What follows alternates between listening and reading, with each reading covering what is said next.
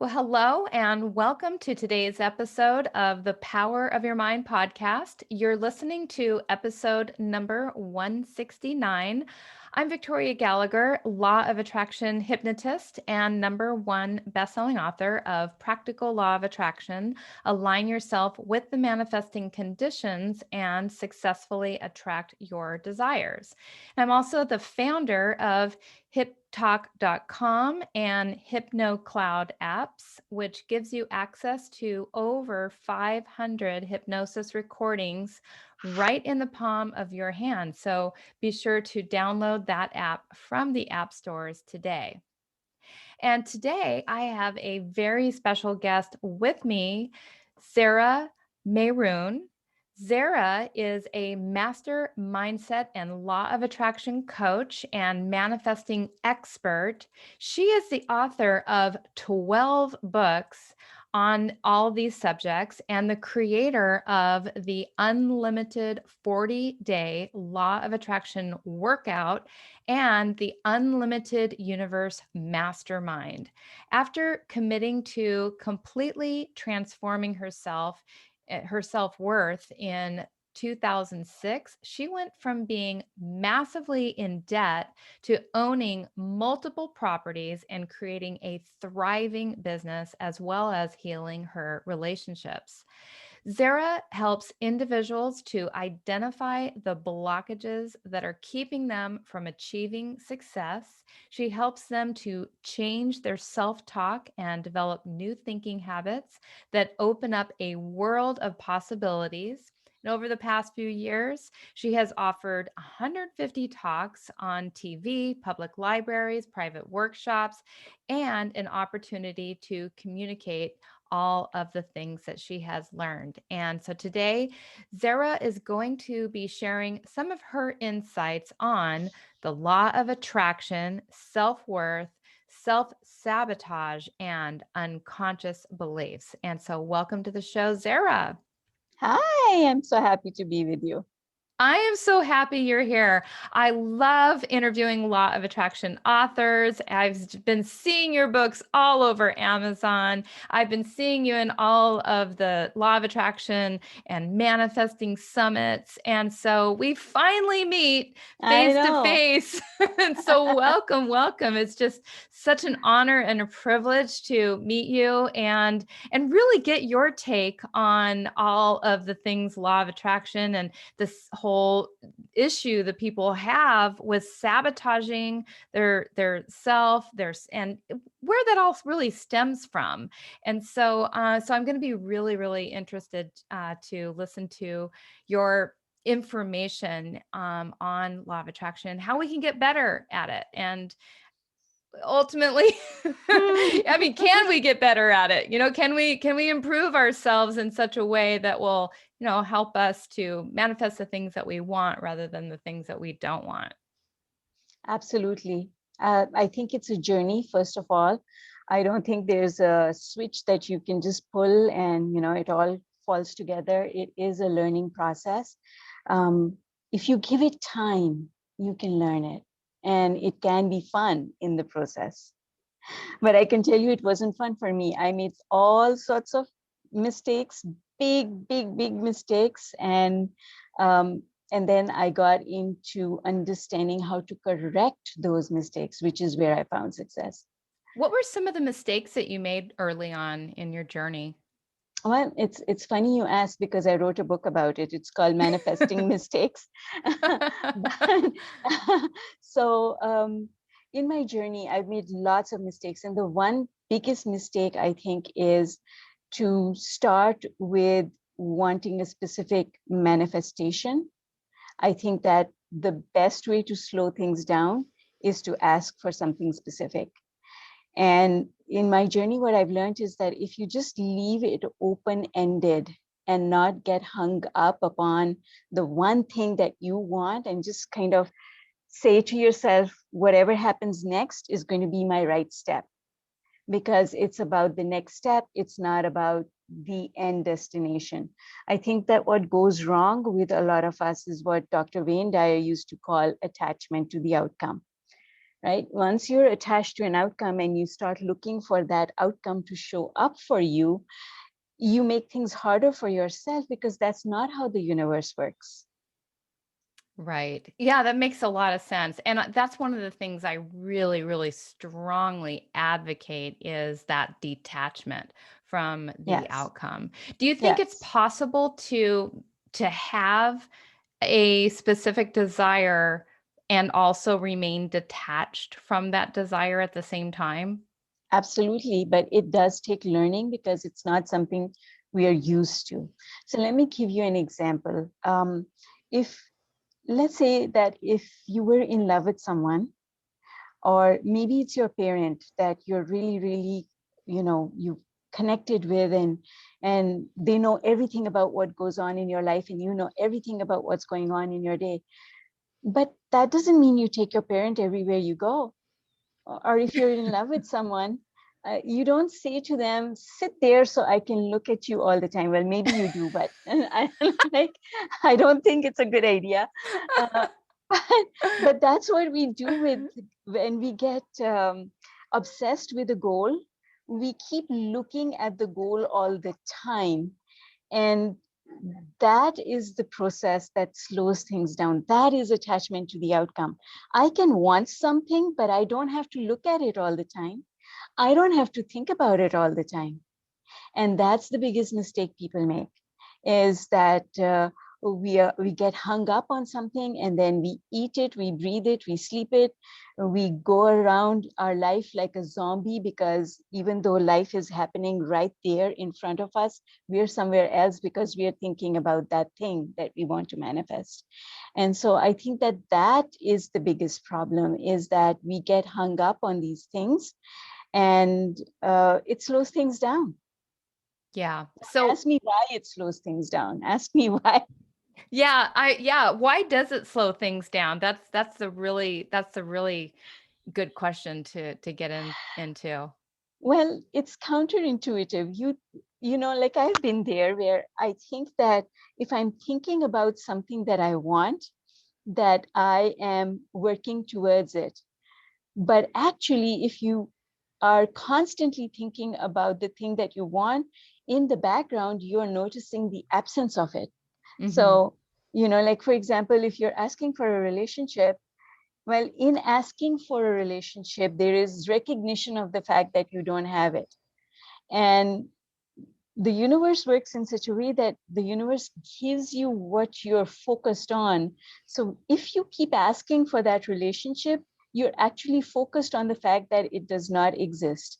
And so the universe gives you the fact that it does not exist. And that's why, if you're attached to the outcome, things slow down.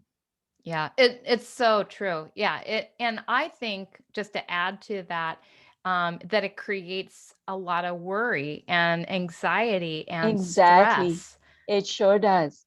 It Yeah. sure does. Absolutely. All of stress is a result of asking the question how, when, where, and who.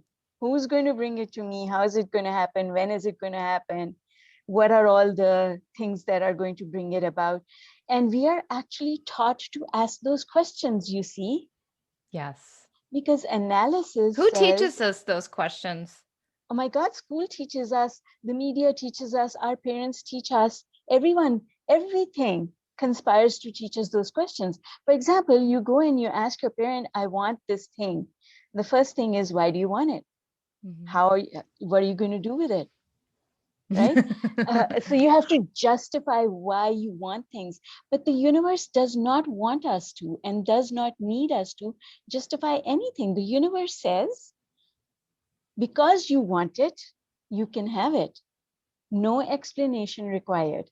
Okay, I like that. I love hearing that. So you can have anything you want. Yes, You are yes, saying that I mean, if you want to manifest a soulmate, if you want to manifest $1 million, if you want to absolutely, manifest being in the best shape of your life, you can have those things. The universe wants you to absolutely. have them. And universe does not ask you for a reason. Hmm. Universe does not say, justify to me why you want this. Yeah. But we are taught to justify why we want things. And every time we justify why we want things, we go towards thinking about the negative and the positive side, because that's the analysis. And when we go to the negative, we actually activate the negative. When we go to the positive, we activate the positive. What ends up happening is that it results in split energy. Half our energy is going towards what we want, the other half is going towards what we don't want. And when you worry and you are a habitual chronic worrier, you are actually spending more energy on what you don't want as opposed to what you do want. And so whatever you give more energy to is what speeds up. I mean, just like a vehicle, you press down on the accelerator, you're giving more fuel to the engine, and it goes faster.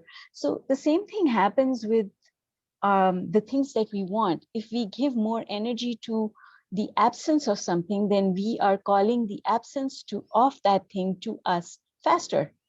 Yes, it's so true. And this is one of the things that people are constantly dealing with when it comes to relationships. I mean, I think that that is Absolutely. probably one of the things that it's love, and it's so powerful. And when people want that and they feel that loneliness and they feel that anxiousness and all of that, it can be really disheartening and really heartbreaking for people. So how does a person, I mean, I know for myself, because I manifested my soulmate about 17 years ago. We've been married for 13, and I know what I did, and I was very, very much into the law of attraction and manifesting even back then.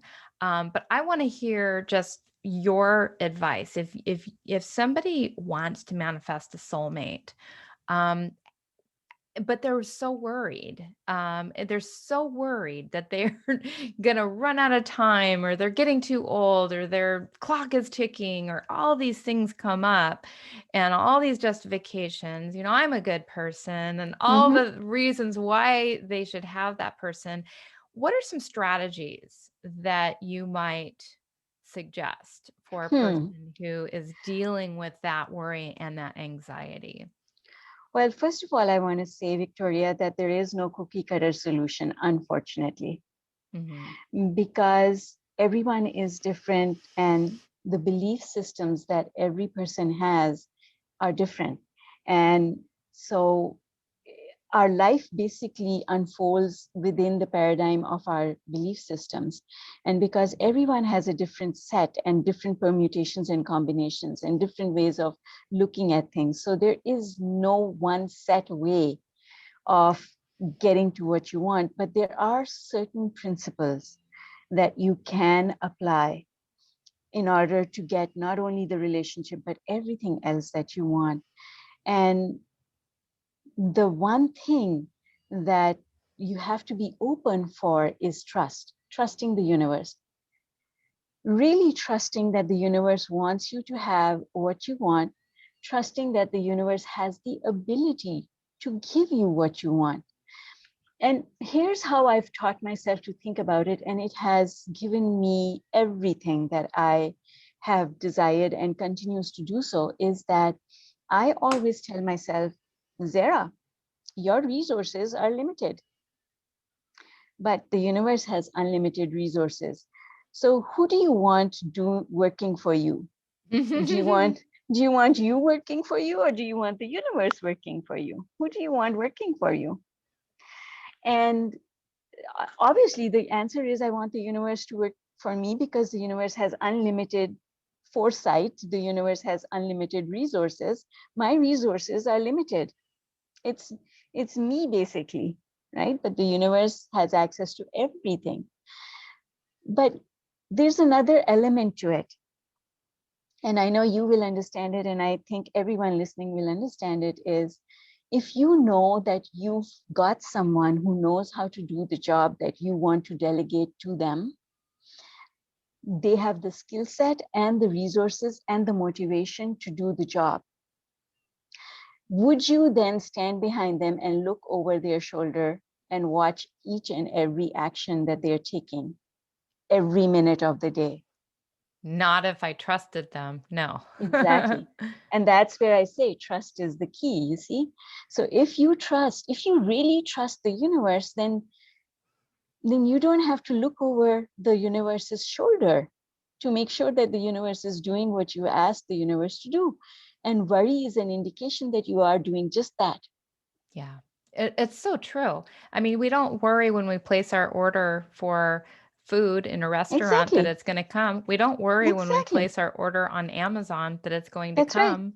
We, Exactly. all of these things. And Right. so why should so here so it really does come down to that trust in the universe. So Yes. I'm going to take it one step deeper then. I'm going to Okay. ask like how do you get that trust? How does a person like put their order into the Mm-hmm. universe Mm-hmm. and place how do you place that Mm-hmm. order and then how do you trust that it's going to come without feeling like I need to check up I need to check this order. I'm not Yes. sure if it was received. There's no tracking number, you see. Right. The universe does not give us a tracking number. I love that. Oh my goodness. I love that. No tracking number. Right? That's where the anxiety comes from. There's no tracking number. I don't know if it's shipped yet. Or did they even did my order get lost somewhere? Well, that's, you see, that's how we think, because we think in physical terms, but in reality, ask and it is given. So as soon as you ask, it's given. There's there's no shipping time required. It's given right at that moment. All we have to do is allow it in. But I can go off on a whole tangent here, but I want to go back to your main question, which is how does one start trusting? Mhm. And in the 40-day law of attraction workout, I teach people to develop trust. And the way I teach them to do so is very, very simple. You've got to bring the universe into everything that you do, not just the big things. You see, the inclination is to ask for the, the big things in life and want to trust the universe to deliver the big things in life. But if you haven't learned to trust the universe to deliver the small things, you're never going to trust the universe to deliver the big things. It's the same concept as when we go to learn how to swim. We swim, we get our feet wet, then we step into the kiddie pool, and then we go into the deep end. But with trust, people jump into the deep end without knowing how to swim. They want to trust that the universe will bring them their soulmate or the $1 million or the big stuff. But it starts with the little things. How about asking Mhm. the universe to help you cook the dinner that you're cooking tonight, and have it come out and be the most delicious, scrumptious meal that your family can share? How about asking the universe to get you the smooth sailing route to work and all the green lights and the little things? If we bring the universe with us in all the little things, then we will strengthen that muscle of trust, because we will get our own personal evidence. Look Yes. at that. I I totally 100% believe in that. And I think that's why and how people self-sabotage themselves from Absolutely. making law of Yes. attraction work, you know? Yes. Yes. It's like you're asking for something without without even trusting that it's going Yes. to happen. That's right. That's right. And invariably, this is the biggest mistake. I've made this mistake, and I see everyone making this mistake, because I mean, I don't know about you. I'm sure you come across this as well all the time, but I can almost guarantee that 99% people gravitate towards law of attraction because they want to manifest something specific in their life. And they start from there, and then they start learning that they've got to backtrack a little bit and step back from that specific thing and first develop the basis, the firm foundation of actually understanding how law of attraction works and developing your trust muscle. One of the things I even like this, and this was like a couple of years ago, I was working on something kind of big and Mm-hmm. I was having a hard time with it and I was getting myself all anxious and detached and all of that because like when you have a definite time frame as far as Yes. when something's going to happen, that puts a lot of pressure on you. And so I was stuck in that and I'm like, okay, you know what? I need to just manifest a state. I need to manifest Yes. like I'm not even asking for the big thing right now. I just need to take it back and manifest Yep. a state of peace and calm because if Yes. I can't even manifest Exactly. something a state of mind, how am I going to Yep. manifest something that's external to me or supposedly external to me? Yes. Exactly. So true. It is all a state of mind, an emotional state that we learn to get into. It's very much like learning how to move your hand just so that you can get into drive from neutral or get into reverse. Mm. We Mhm. don't look at the gear anymore. We just know what we need to do. And when you have enough practice with law of attraction, that's kind of what happens because it's like a gear and you just move it into that gear and now you're connected. Now you're in that zone where you're allowing the things that you've asked for. And you know what? I'm going to quote Abraham Hicks because I absolutely love Abraham Hicks. But what Abraham says about asking is not allowing. As long as you're asking, you are not allowing Yeah. because they are two different gears. That makes sense. Well, it's like it's almost like saying cooking is not eating.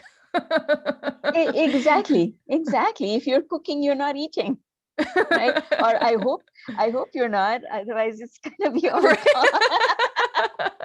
I mean, you might be partaking a little bit. It might not be the best analogy, but there's a process, you have to do this Yes, and then and then you have to allow it. And exactly, so how exactly. how does a person's I'm sure self-image comes into play like what I mean like I think deservability and just being able to like really feel like I really deserve to have the things that I want. Can you speak to that a little bit and let us know like how does our own self-image really play a role in this? It's everything. And the bottom line is it's everything. If you don't have the relationship, it's because you don't have the self-worth. If you don't have the money, it's because you don't have the self-worth. If you don't have the health or the body that you want, it's because you don't have self-worth. Self-worth is the defining principle, and it is the most difficult thing because when something is right under your nose, you tend not to notice it, you see. And so we focus on and we work on the money, we work on the relationship, we work on this, that, and the other, but a lot of times self-worth eludes us, and it is really the most important thing of all, because if you have the money, chances are you have the self-worth as well that goes with it. So how do you develop the self-worth, and why does it go downhill for a lot of us? Certainly myself, I had major self-worth issues. And self-worth issues come from the way we start seeing the world. When we start taking things personally, we erode our self-worth. We make everything about us. Oh, that person is laughing, they must be laughing about me. Oh, those two people are talking, they must be talking about me. uh, oh, I have to do this thing, everyone is watching, I better do it right. So we get this, we create this, what I call performance anxiety, because we are trying to be perfect in every situation. And that perfection is the hardest thing, because if you focus on being perfect all the time, the anxiety that you put yourself under is massive. And that anxiety does not give you confidence, because now you're not as open to experiment. First of all, you're not open to taking risks, and therefore you're not open to learning, because learning comes from stepping out into the unknown. The more you step out, the more you learn and apply. But if you think everyone's watching you, and if you stumble and fall, everyone's going to laugh at you, you're unlikely to step out into places that you're not familiar with. You want to stick to the familiar, right? Absolutely. I am totally resonating with everything you're saying there. Yeah. Was there more? Well, I mean, self-worth is such a huge topic. I actually teach a whole program around self-worth called Unlimited Heart. But, it's about becoming unconditional in the end. And, it's interesting when I talk to people about becoming unconditional and having unconditional love. Everyone gets it when you tell them to be unconditional towards their colleagues or their children or their parents or their spouse. But what about being unconditional towards yourself? It's so And true. I It's so know, true. but that is the secret. We would never ever talk to other people normally. I mean, I guess there's exceptions, there's some mean people out there, but we would never ever talk to other people the The way that way we we talk talk. to ourselves. Absolutely. Absolutely. But here's the thing, Victoria, we don't notice that we are doing that because we go off on this autopilot into this zone where we are not mindful, we are not present in our thoughts. And so we don't even know that we are doing it. And that is the biggest problem, not Mhm. being aware. I'm Things happen. I'm actually replaying my own little moment I had just before coming on to this interview. I mean, I was changing the laundry over and I looked at my watch and I didn't have my makeup or my hair done. And it's like 20 minutes until the podcast starts. So I'm like, what is the matter with you? Now, would I ever, it's like I'm looking, like somehow I managed to get it together, but I'm You got telling it myself, together. so I'm telling You myself, look what does it amazing. matter with you? Get it together, right? Oh, we can't tell the difference, Victoria. You did a really good job there. Thank you. But that's an example. I would never say that to somebody else. What does the matter Exactly. with you? Get it together. That's Like right. how Yeah, I would. So why is it okay to speak to myself like that? it's not. We are the harshest to ourselves, and therefore we erode our self-worth, right? Mhm. And then, another thing that I've noticed is that we don't keep our commitments. We will keep our commitments to other people, but not to ourselves. This is Mhm. why we need accountability partners. I mean, if I was going to be accountable to myself, why would I need an accountability partner? Right? It's Like, so true. but people are more likely to keep their commitments if someone else is involved, and less likely to keep their commitments to themselves. Oh my This is God. why New Year's resolutions don't work, is because we make those commitments to ourselves, but we don't keep them. It's so true. It's so But if you true. don't keep your commitment to yourself, then you don't respect yourself, you see. Because imagine if, Victoria, if you and I had a commitment and repeatedly I didn't show up for my commitment, you would not have a very high opinion of me. But this Exactly. is what we do to ourselves. Oh, I'll do that tomorrow. I'll go to the gym tomorrow. Tonight I'm too tired, right? But in that process, that was a commitment that you had made that you have not kept. That is one of the things that I really harp on when it comes to law of attraction and manifesting and I even have a section about that I talk about integrity. I mean, Yes, it is your word, whether yes, it's with yourself or with anybody else, because even when it's with somebody else, it's right. with you. Yeah, Your word is your power to manifest. If you don't absolutely. trust yourself, then you're not going to get very far. Absolutely. Exactly. So, I mean, we just need to treat ourselves the same way that we would treat one of our loved ones. Hmm. Yeah. You know, And if you're not that's our, treating your loved one that well, then you need to do something about that too. you need absolutely, absolutely.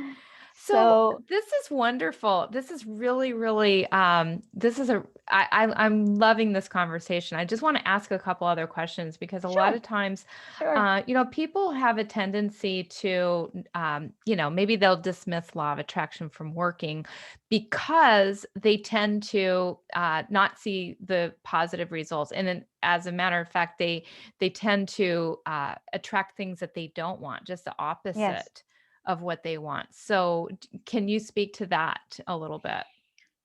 Uh, well, the reason I find people attract the opposite of what they want is because they focus on the opposite of what they want. It's so simple.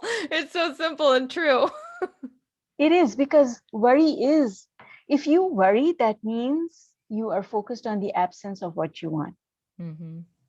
So I try to explain it this way. Law of attraction does not give you what you intend. There's a difference between intention and attention. Law of attraction gives you what you pay attention to. And so if you are worrying, that means that you're paying attention to the absence of the thing that you want. So law of attraction will bring you the absence of what you want. You have to start paying attention to the having of it.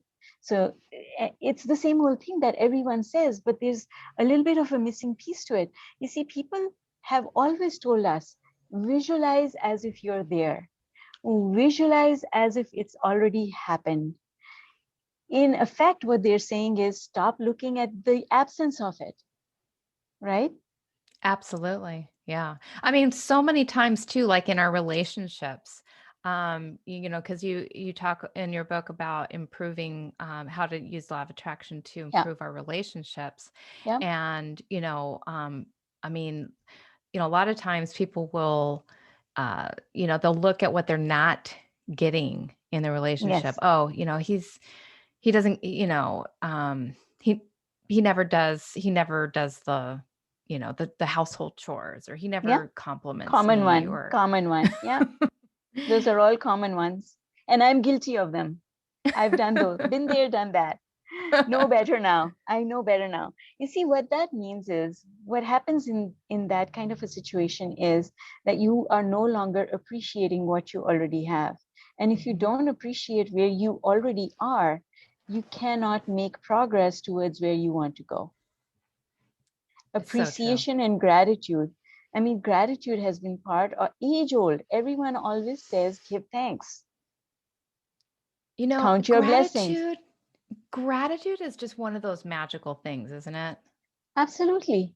I mean, forever we've been told count your blessings, right? What does that mean? That means you already have things that you should be grateful for, that you should appreciate that you have these things. You already have them. And if you're ignoring them, if you're behaving as if, you're taking them for granted, basically. If you're taking what you have for granted, you cannot move towards what you want. Because even in the worst of situations, you have the opportunity to escape in your mind. Because even if somebody puts your physical body in a prison, they cannot imprison your mind. And It's creation process happens in our mind. You know what? It's so true. And I mean, even over this last year and a half with Yes, the pandemic, a yes, lot of people were, feeling stuck in their homes. But the thing yeah, is, no yeah, one had control over your mind. No one yeah, had control over your thinking, unless you're like, inundating exactly. yourself with watching the news. Then Yeah, you are giving control of your mind. where you can give your control to someone else. But again, you're making a decision. So everything is about a decision that we make. Hmm. We can decide to keep the control with us, or we can decide to give it away. Either way, it is always a choice. And the good thing about it is you can start every new day totally differently, fresh start every day, right? Absolutely. Yeah, because even, even if you've been, I mean, like, I know for me, I've been doing this work for a quarter century, and I'm sure you have too. But, not every day is perfect. No, it's not. Continuously. And this is what I teach people in my programs is, don't think just because I'm here teaching you, don't think that I've learned it and it's done forever. I I am learning every day, and I'm having to apply, and I do the exercises, because the one thing that I've learned, Victoria, is that when I stop meditation, when I stop appreciation, life does not go as smoothly as it does when I do. And so you can never really stop doing the work, right? You can never That's really, and I love hearing that. Yeah, I love hearing you say that because I'm so in agreement with you. it doesn't matter. I mean, I was talking to someone and I was telling them, it's like, uh, think of someone who is learning martial arts. Let's say they are learning karate. I'm familiar with karate because my son used to take karate. So, I mean, you're a white belt, and then you learn a couple of things and you become a yellow belt. And let's say you go all the way and you have your black belt. Do you stop practicing karate? Because mastery is Never. about, no, mastery, a black belt is still practicing all the moves that they learned when they were a white belt, and all the moves that they learned when they were a yellow belt, and all the moves that they learned when they were a brown belt and a green belt and an orange and whatever, all those moves. Yeah. It doesn't mean that they stop. It means that now they have to keep doing all of that. That's mastery. And mastery just means that it's easier to do the moves. It doesn't mean that you don't have to do them. Exactly. Yeah, you have to keep yourself sharp. I can equate Exactly. it to running a marathon. I mean, Yes, absolutely. I used to run marathons. 6 years ago was the last time I ran a marathon. Now, I haven't been going out there every day and running the same way that I used to when I was Yeah. training for a marathon. Do Yep. you think that just because I ran a marathon at one point, I can That now you go can, out and run a no, marathon today? no, No. no, no. That's the thing. So it takes work every single day. Yes. This is why It's a living, growth process. it is a growth process, but it's a growth process that eventually has to become a lifestyle. Because if it's not a lifestyle, then you're not going to get the smooth success, the smooth sailing success, the peace in here, that you Yeah, really are looking for, the exactly. stability that you want, the emotional stability.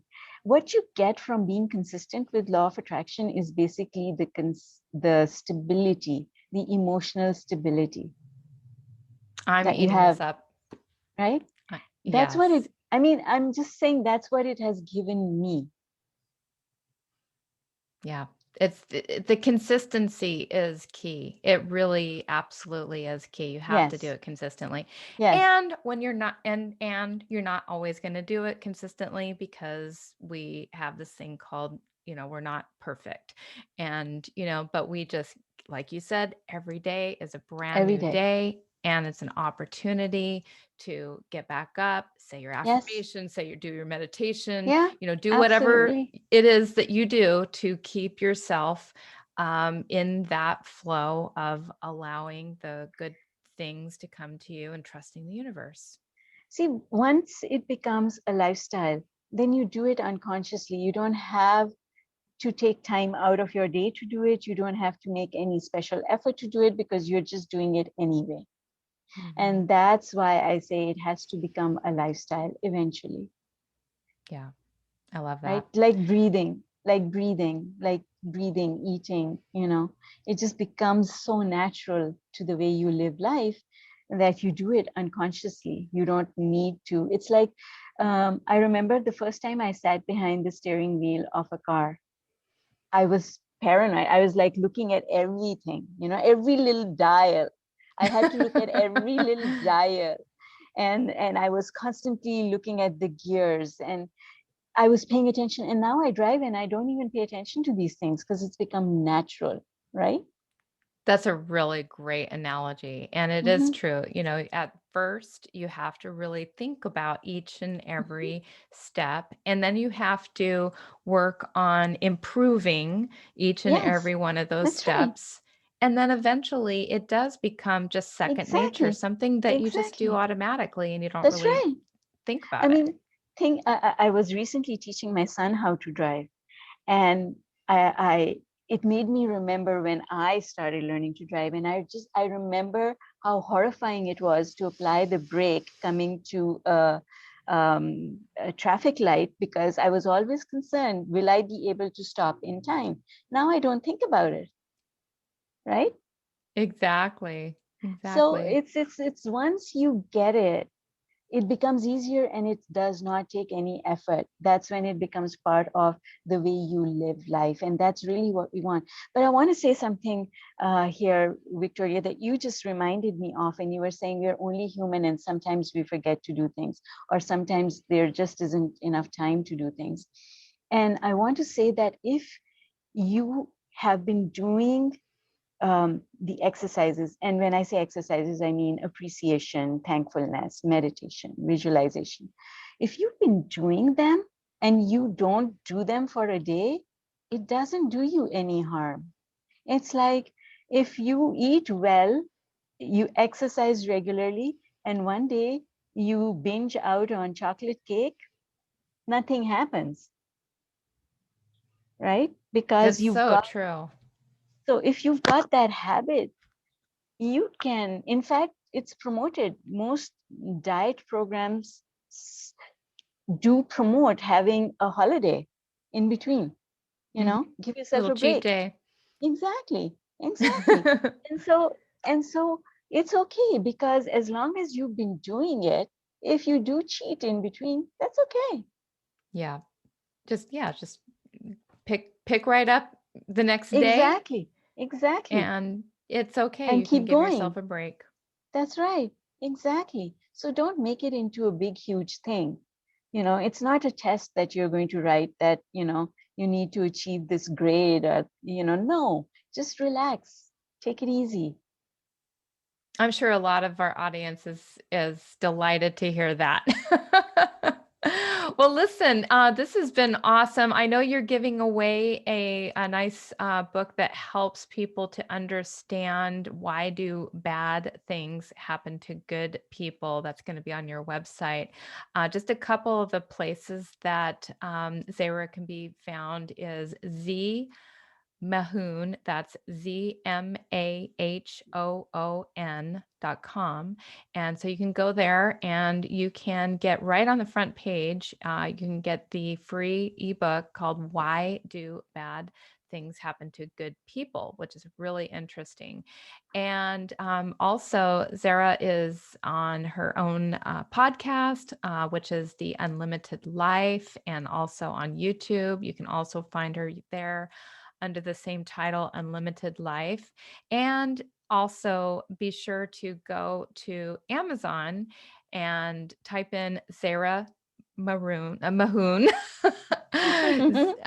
Zehra Maroon Mahoon. is my favorite color. I have to say, maroon is my favorite color. I bet. Probably people have tongue-tied themselves enough to give you that suggestion on that color multiple times. But there are a dozen books there that you've written. And so, I know you've written some amazing books on law of attraction that are really interesting. So go check out her books on Amazon, so YouTube, podcast, the website. Did I leave anything out here? It's all good. All right. Well, thank you so much for being a guest today on the Power of Your Mind podcast. This is a really enlightening conversation, and I was looking forward to meeting you, and I'm glad that I did. And my high expectations were definitely met. And so, thank you so much. And thank you, listeners, for also listening to the Power of Your Mind podcast. And thank you very much. Thank you for having me. I enjoyed it. Thank you.